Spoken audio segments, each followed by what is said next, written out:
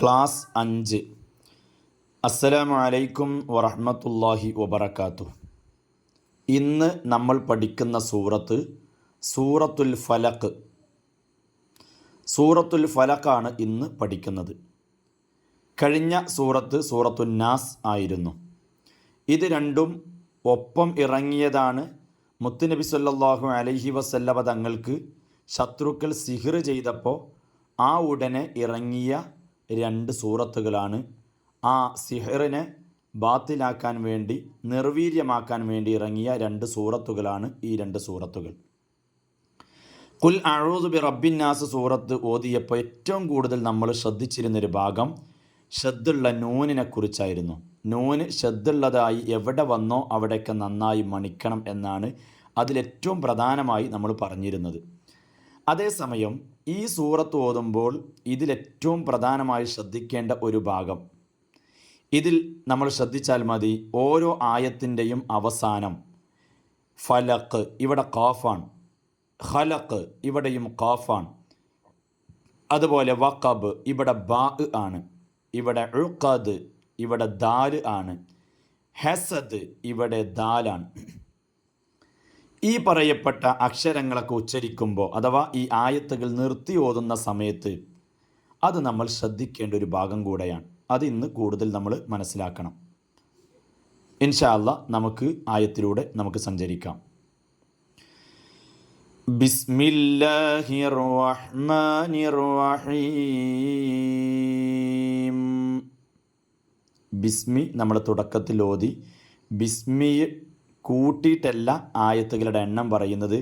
ഇതിൻ്റെ ആയത്തുകളുടെ സൂറത്തുൽ ഫലഖിലെ ആയത്തുകളുടെ എണ്ണം 5 ആണ്. ബിസ്മി കൂട്ടാതെയാണ് എണ്ണിയിട്ടുള്ളത്. ഇനി നമുക്ക് ആയത്തിലേക്ക് കിടക്കാം. ഖുൽ അഊദു ബി റബ്ബിൽ ഫലഖ്. ഖുൽ അഊദു ബി റബ്ബിൽ ഫലഖ്.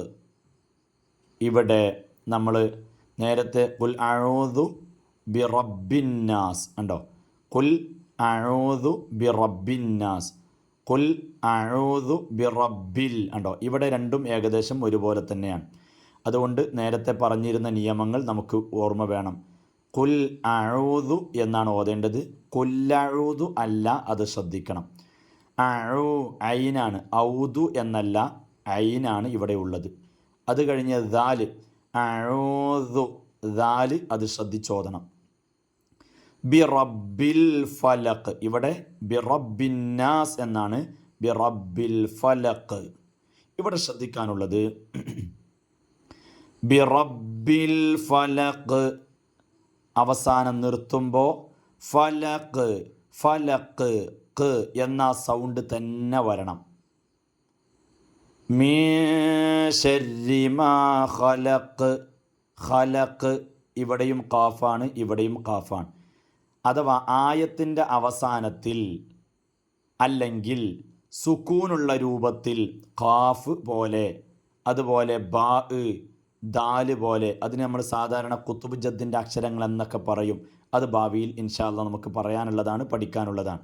ഏതായാലും ഇവിടെ നമുക്ക് ചെയ്യാനുള്ളത് ഫലഖ് എന്ന് അങ്ങനെ തന്നെ ഉച്ചരിക്കണം. എങ്ങനെ പോരാ, ഫലഖ് ബി റബ്ബിൽ ഫലഖ് മിൻ ശർരി മാ ഖലഖ് എന്ന് പറഞ്ഞാൽ പോരാ. ഖലഖ് ഫലഖ് എന്ന് പറഞ്ഞാൽ പോരാ.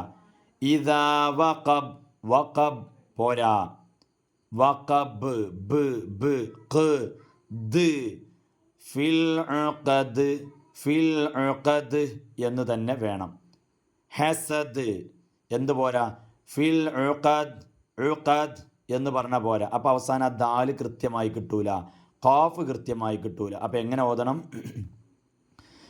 ഖുൽ അഊദു ബി റബ്ബിൽ ഫലഖ് ഫലഖ് ഫലഖ് മിൻ ശർരി മാ ഖലഖ്. ഖ ഖ ഇവിടെ ഖ ശ്രദ്ധിക്കാനുണ്ട്. ഖലഖ് ഖലഖ്. ഖുൽ അഊദു ബി റബ്ബിൽ ഫലഖ് മിൻ ശർരി മാ ഖലഖ് ഖലഖ്. വമിൻ ശർരി ഗാസിഖിൻ ഇദാ വഖബ്. ഇദാ വഖബ്, വഖബ് പോരാ, വഖബ് അങ്ങനെ ഓതണം. അപ്പോൾ ഇവിടെ ശ്രദ്ധിക്കാനുള്ള രണ്ടാമത്തെ ആയത്തിൽ മീൻ ശർരി, ഇവിടെ സുക്കൂനുള്ള നൂനുണ്ട്, ശേഷം ഷീനാണ്. ഇവിടെ നിയമങ്ങളൊക്കെ പിന്നെ പറയാം, ഒറ്റ വാക്കിൽ പറയുന്നു, നന്നായി മണിക്കണം. അപ്പോൾ മീൻ ശർരി ഇവിടെ മണിച്ചു കൊണ്ട് ഓതണം. മീൻ ശർരി മാ ഖലഖ്, ഇവിടെ ഖാ ശ്രദ്ധിക്കണം, ഖാഫ് ശ്രദ്ധിക്കണം. വമിൻ ശർരി ഗാസിഖിൻ ഇദാ വഖബ്. ഇൻഷാ അല്ലാഹ് ആ ആയത്ത് അടുത്ത ക്ലാസ്സിൽ ഒന്നുകൂടെ പറയാം. അസ്സലാമു അലൈക്കും വറഹ്മത്തുള്ളാഹി വബറകാതുഹു.